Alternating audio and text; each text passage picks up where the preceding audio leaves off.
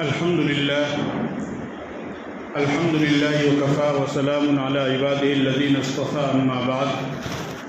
أعوذ بالله من الشيطان الرجيم بسم الله الرحمن الرحيم إنا نحن نزلنا الذكر وإنا له لحافظون وقال النبي صلى الله عليه وسلم خيركم من تعلم القرآن وعلمه أو كما قال عليه الصلاة والسلام۔ میرے محترم بزرگوں اور دوستوں اور معزز نوجوانوں، میں نے آپ حضرات کے سامنے قرآن کریم کے سورۃ الحجر کی ایک آیت تلاوت کی ہے۔ قرآن کریم کی جس آیت کی میں نے آپ حضرات کے سامنے تلاوت کی ہے، اللہ پاک نے اس آیت میں ایک خاص مضمون کو بیان فرمایا ہے، اور اللہ پاک نے اس آیت میں اپنے ایک خاص نظام کو بیان فرمایا ہے، جو مضبوط نظام اللہ پاک نے دنیا میں چلایا ہے، اور تا قیامت اللہ پاک اس مضبوط نظام کو چلائیں گے۔ چنانچہ فرمایا انا نحن نزلنا الذکر و انا لہ لحافظون، کہ ہم نے ہی قرآن کریم کو نازل کیا اور ہم ہی اس کی حفاظت کرنے والے ہیں۔ ہر ایمان والا، ہر مومن، ہر مسلمان اس بات کو اچھی طرح جانتا ہے، اور اس بات پر اس کا پختہ یقین اور کامل ایمان ہے کہ قرآن کریم یہ اللہ رب العزت کی کتاب ہے، جو اللہ تعالیٰ نے سید الملائکہ حضرت جبرائیل علیہ السلام کے ذریعے سے سید الانبیاء جناب محمد رسول اللہ صلی اللہ علیہ وسلم کے اوپر نازل فرمائی۔ اس میں کسی بھی طرح کا کوئی شک و شبہ نہیں ہے، اور شک و شبہ کی گنجائش بھی نہیں ہے۔ یہ قرآن کریم جو اللہ رب العزت نے اپنے پاک پیغمبر صلی اللہ علیہ وسلم پر نازل فرمائی، اس قرآن کریم کے بارے میں اللہ تعالیٰ نے اس آیت میں فرمایا کہ ہم نے ہی اس قرآن کو نازل کیا اور ہم ہی اس کی حفاظت کرنے والے ہیں۔ اور یہ بات آپ اچھی طریقے سے جانتے ہیں کہ جس چیز کی حفاظت کی ذمہ داری اللہ پاک لیتے ہیں، تو ساری کائنات مل کر کے بھی اس چیز کو ذرہ برابر بھی نقصان نہیں پہنچا سکتی ہے۔ آپ جب تاریخ کا مطالعہ پڑھیں گے، جب مطالعہ کریں گے اور واقعات کو جب آپ پڑھیں گے، تو آپ کو اس بات کا بخوبی علم ہوگا کہ کائنات نے، مخلوق نے، قوم نے، برادری نے اور تمام لوگوں نے یک طرفہ ہو کر کے کسی کو نقصان پہنچانا چاہا، کسی کو موت کے گھاٹ اتارنا چاہا، کسی کی زندگی کو چھیننا چاہا، لیکن اللہ رب العزت نے اس کو بچانے کا فیصلہ کیا، اس کی زندگی کو باقی رکھنے کا فیصلہ رکھا، تو پھر اللہ تعالیٰ نے ان کی حفاظت بھی فرمائی۔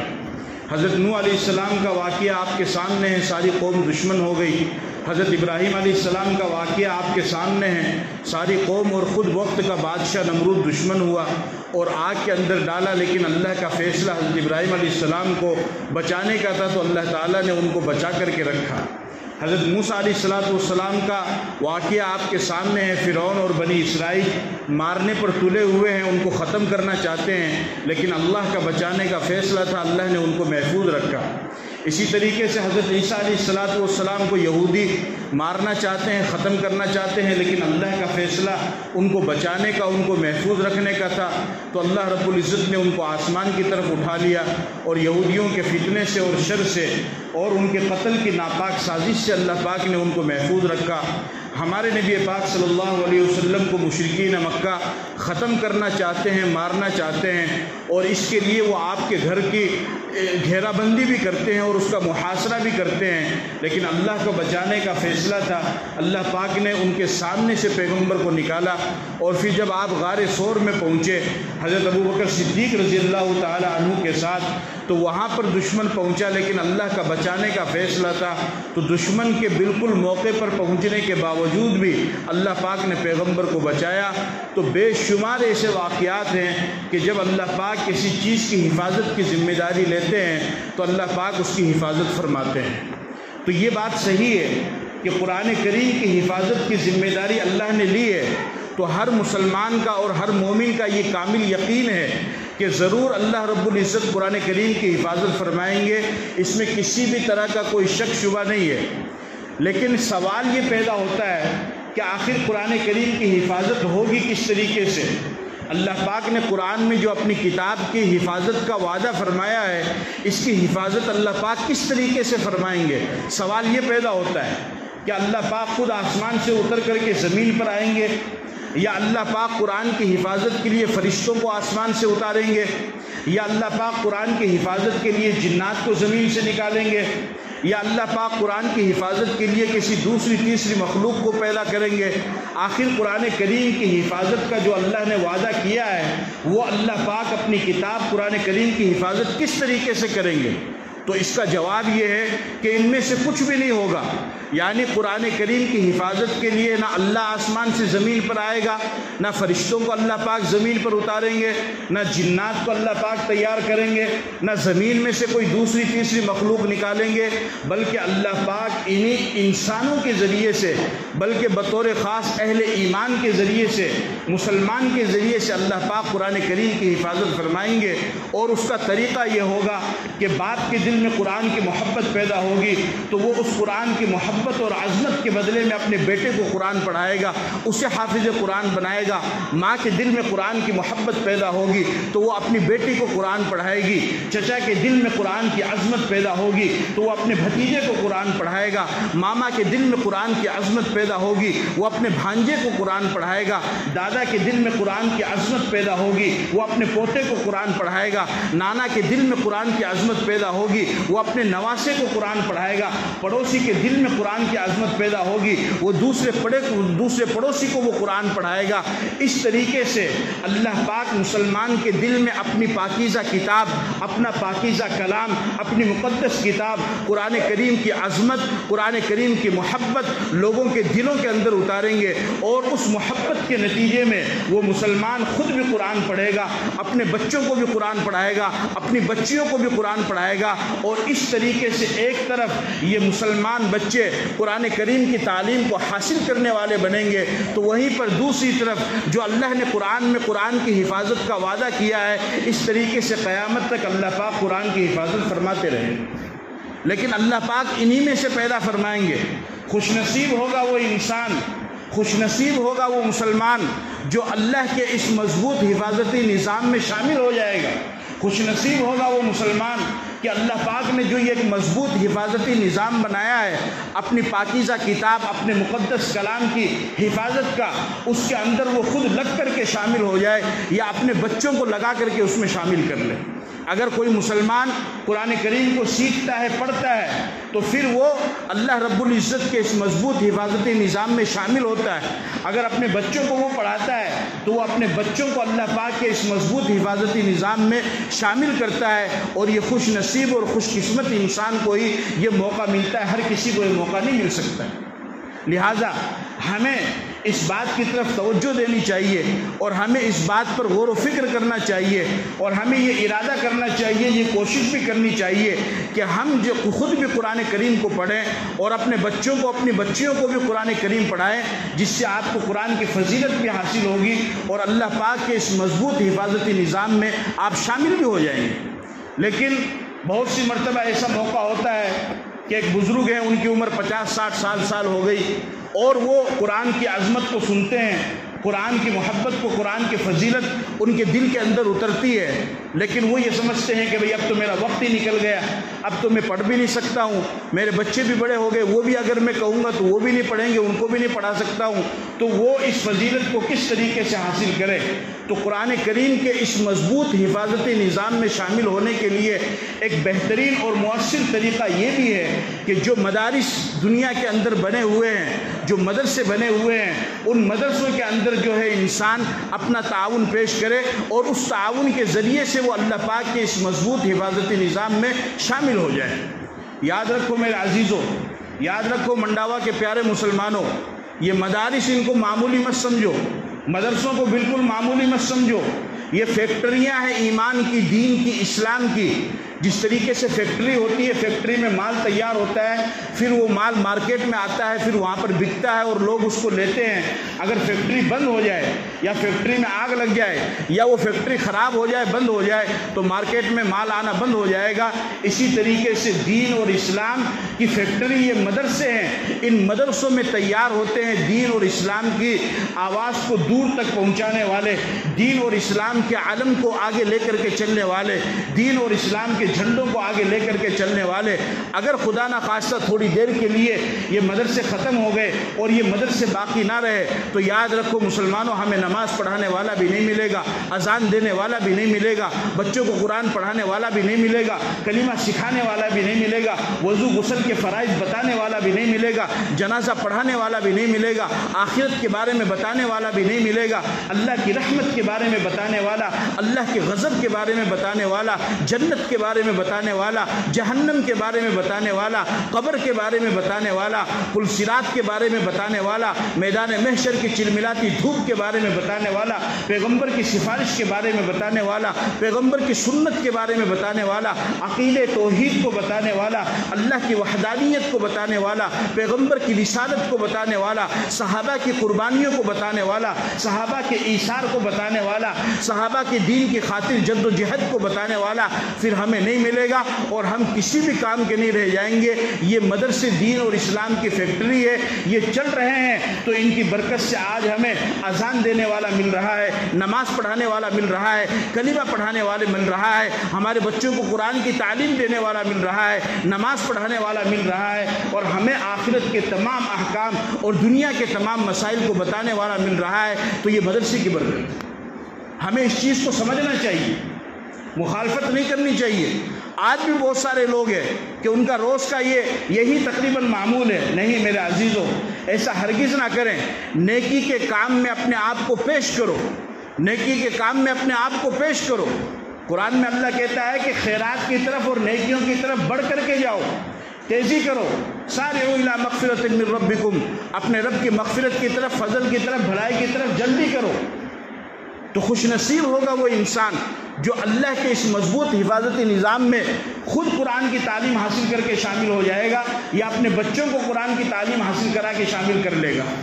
یاد رکھو میرے عزیزوں، یہ قرآن کسی مفتی کی کتاب نہیں ہے، یہ کسی مولوی کی کتاب نہیں ہے، یہ کسی پیر صوفی کی کتاب نہیں ہے، یہ کسی مبلغ کی کتاب نہیں ہے، یہ کسی بزرگ یا ولی کی کتاب نہیں ہے، اللہ کی کتاب ہے، اللہ کی کتاب ہے۔ ذالک الکتاب لا ریب فیہ، جس کتاب کے غلط ہونے کے بارے میں تو ذرہ برابر شک و شبہ نہیں ہے۔ قرآن کو پڑھنے والا اللہ کی رحمت کو لینے والا ہوتا ہے۔ قرآن پڑھنے سے اللہ کی رحمت آتی ہے، قرآن پڑھنے سے برکت آتی ہے، قرآن پڑھنے سے اللہ کی طرف سے انوارات آتے ہیں، قرآن پڑھنے سے گھروں سے پریشانیاں ختم ہوتی ہے، قرآن پڑھنے سے گھروں سے رکاوٹیں ختم ہو جاتی ہے، قرآن کی تلاوت کرنے سے گھروں سے مصیبتیں ختم ہو جاتی ہے، قرآن کی تلاوت کرنے سے آپس میں پیار اور محبت، الفت اور مودت آپس میں پیدا ہوتی ہے، قرآن کی تلاوت کر کے دعا کرنے سے اولاد فرما بردار ہوتی ہے، قرآن کی تلاوت کرنے سے میاں بیوی میں اللہ محبت پیدا کرتا ہے، قرآن کی تلاوت کرنے سے اللہ پاک انسان کی ضروریات کو پورا کرتا ہے۔ یہ قرآن اللہ کی کتاب ہے، جب اس قرآن کو مسلمان اپنے سینے سے لگائے گا، اس کی تلاوت کرے گا، اس پر عمل کرے گا، اللہ پاک اس کو دونوں جہان میں کامیاب کریں گے۔ اور جب وہ اس قرآن کو چھوڑے گا تو یاد رکھو یہ قرآن اللہ کی کتاب ہے، آپ کی نماز الگ ہے، آپ کا روزہ الگ ہے، آپ کی زکوٰۃ الگ ہے، آپ کا حج الگ ہے، آپ کی تسبیح الگ ہے، آپ کا ذکر الگ ہے، آپ کے عمرے اور چلے اور سجدے یہ تمام چیزیں الگ رہ جائے گی، لیکن قرآن یہ اللہ کی کتاب ہے۔ اگر قرآن کو آپ نے چھوڑ دیا تو خود قرآن اٹھا کر کے دیکھو 19ویں پارے کے اندر وقال الرسول یا ربی ان قوم اتخذوا هذا القرآن مہجورا، قیامت کے دن خود میرا اور آپ کا نبی پکار کر کے کہے گا کہ اے اللہ یہ میری وہ قوم ہے کہ جنہوں نے میرے قرآن کو چھوڑ دیا۔ صحابہ نے، پیغمبر نے اپنے پیٹ پر پتھر باندھ کر کے قرآن امت تک پہنچایا، پیغمبر نے تکلیفیں برداشت کر کے قرآن امت تک پہنچائی، صحابہ نے تکلیفیں برداشت کر کے قرآن امت تک پہنچایا، صحابہ نے اپنی بیویوں کو بیوہ کرا کر کے قرآن امت تک پہنچایا، اپنے بچوں کو یتیم کرا کے قرآن امت تک پہنچایا، آخری ساحل سمندر تک جہاں تک وہ جا سکتے تھے وہاں تک وہ گئے، لیکن انہوں نے قرآن کے پیغام کو پکڑا، قرآن کے پیغام کو سینے سے لگایا۔ اسی لیے تو اس کی فضیلت ہے۔ حدیث پاک کے اندر آتا ہے، آپ صلی اللہ علیہ وسلم نے فرمایا خیرکم من تعلم القرآن وعلمہ، تم میں سب سے بہترین مسلمان وہ ہے جو قرآن کو سیکھے اور دوسرے لوگوں کو سکھائے۔ اور پھر آپ نے فرمایا من قرأ القرآن وعمل بما فيه البس اللہ تعالی والدیہ تاجا یوم القیامہ ضوءه احسن من ضوء الشمس فی بیوت الدنیا فما ظنکم بالذی عمل بہذا. فرمایا کہ جو انسان جس نے قرآن کریم کو پڑھا اور اس پر عمل کیا، کل قیامت کے دن اللہ پاک اس کے ماں باپ کو ایسا روشن تاج پہنائیں گے کہ اس کی روشنی سورج سے بھی زیادہ ہو. جب رات آتی ہے تو رات کے اندھیرے کو دور کرنے کے لیے تارے آتے ہیں، لیکن تاروں کی روشنی ناکافی ہوتی ہے، وہ رات کے اندھیرے کو دور نہیں کر پاتے ہیں. اس کے بعد پھر چاند آتا ہے، لیکن چاند کی روشنی بھی اتنی نہیں ہوتی ہے کہ وہ رات کے اندھیرے کو دور کر دے. تو صبح کے وقت میں سورج نکلتا ہے. جب سورج نکلتا ہے تو دنیا کی تمام لائٹیں اور تمام چراغ گر کر دیے جاتے ہیں کہ اب سب سے بڑی روشنی والا سورج نکل چکا ہے، اب کسی روشنی کی ضرورت نہیں ہے. فرمایا میرے اور آپ کے پیغمبر نے کہ جو انسان قرآن کو پڑھے گا اس کے ماں باپ کو اللہ پاک ایسا تاج پہنائیں گے کہ اس کے تاج کی روشنی سورج سے بھی زیادہ ہو. فرمایا من قرأ القرآن فاستظهره فأحل حلاله وحرم حرامه أدخله الله الجنة البتة وشفعه في عشرة من أهل بيته كلهم قد وجبت لهم النار. فرمایا پیغمبر نے کہ جس نے قرآن کو پڑھا، اس کے حلال کو حلال جانا، اس کے حرام کو حرام جانا، تو اللہ پاک اس حافظ قرآن کی برکت سے اس کے خاندان کے 10 ایسے آدمی کہ جن کے لیے جہنم واجب ہو چکی ہے، اللہ کی طرف سے فیصلہ ہو چکا ہے کہ ان کو جہنم میں جانا ہے، ان کو دوزخ میں ڈال دیا جائے، وہ حافظ قرآن کھڑا ہوگا اور وہ اپنے خاندان کے 10 آدمیوں کو سفارش کرا کے اپنے ساتھ جنت میں لے کر چلا جائے. یہ کوئی معمولی چیز نہیں ہے، یہ قرآن کی برکت ہے. اس لیے میرے عزیزو، قرآن سے اپنے آپ کو لگاؤ. امت کی سب سے بڑی مصیبت کا مسئلہ اور سب سے بڑا پریشانی کا مسئلہ یہی ہے، اور وجہ یہی ہے کہ آج ہم نے قرآن کو چھوڑ دیا ہے. اور جہاں کہیں پر بھی قرآن کی تعلیم دی جا رہی ہے، ان کی موافقت کرو، مخالفت مت کرو، ان کا سپورٹ کرو، ان کا ساتھ دو، ان کا تعاون کرو. اب یہ جو علماء اور یہ جو امام آپ کے سامنے ہیں، میرے بھائی یہی رہیں گے. آپ اگر یہ چاہیں گے کہ ہم کو ابو بکر صدیق کے زمانے کا امام ملے تو نہیں ملے گا. وہ پیغمبر کے ساتھ میں تھے. آج کا امام ابو بکر صدیق کے برابر کیسے ہو سکتا ہے؟ آج کا امام عمر فاروق کے برابر کیسے ہو سکتا ہے؟ نبی کو دنیا سے گئے ہوئے 1400 سال کا زمانہ گزر گیا. اگر آج کے آپ عالم کو اور امام کو 1400 سال کا پہلا دیکھنا چاہتے ہیں تو ہم بھی تو 1400 سال کے پہلے کے نہیں ہیں. تو امام کہاں سے 1400 سال کے پہلے کا آ جائے گا؟ لیکن یاد رکھو، آج جو ہے، اللہ نہ کرے اگر ہم نے ان کی ناقدری کی تو آنے والے وقت میں ایسے بھی نہیں ملے گی. کوئی جبرائیل نہیں آئے گا. کوئی جبرائیل آپ کو سکھانے کے لیے، دین سکھانے کے لیے نہیں آئے گا. کوئی میکائیل آپ کو دین سکھانے کے لیے نہیں آئے گا. کوئی دوسری مخلوق کو اللہ آپ کو دین سکھانے کے لیے نہیں بھیجے گا. کوئی دوسری مخلوق نہیں آئے گی. اللہ کسی نبی کو نہیں بھیجے گا. فرشتوں کا بھی سلسلہ بند، نبوت کا سلسلہ بھی بند. اب جو کچھ بھی آپ کو دین کی تعلیم، اسلام کی تعلیم ملے گی، وہ انہی علماء کے ذریعے سے ملے گی، انہی امام کے ذریعے سے ملے گی. یہ آپ کی خوش نصیبی ہے کہ آپ ان کی قدر کر لو، اور اگر نہیں کرتے ہیں تو پھر شاید آپ اس سے بھی محروم ہو جائیں گے. اس لیے سمجھو میری بات کو، ہمیں سمجھنے کی ضرورت ہے، ہمیں بہت زیادہ اس پر غور و فکر کرنے کی ضرورت ہے. اور اللہ نے جو ایک یہ مضبوط حفاظتی نظام بنایا ہے، اس مضبوط حفاظتی نظام میں اپنے آپ کو شامل کریں. یا تو خود قرآن کی تعلیم حاصل کریں، یا اپنے بچوں کو قرآن کی تعلیم حاصل کرائیں. اور اگر عمر زیادہ ہو گئی ہے اور خود حاصل نہیں کر پا رہے ہیں یا بچوں کو نہیں کر پا رہے، تو جہاں پر مدرسے ہیں، جہاں پر بچے قرآن کریم کی تعلیم حاصل کر رہے ہیں، آپ اپنے ذمے لیں، ان کا تعاون کریں، ان کی امداد کریں. تو انشاءاللہ اگر آپ کے تعاون سے، آپ کی امداد سے اگر ایک بچہ بھی حافظ قرآن بن گیا تو آپ کی مغفرت کے لیے کافی ہو جائے گا.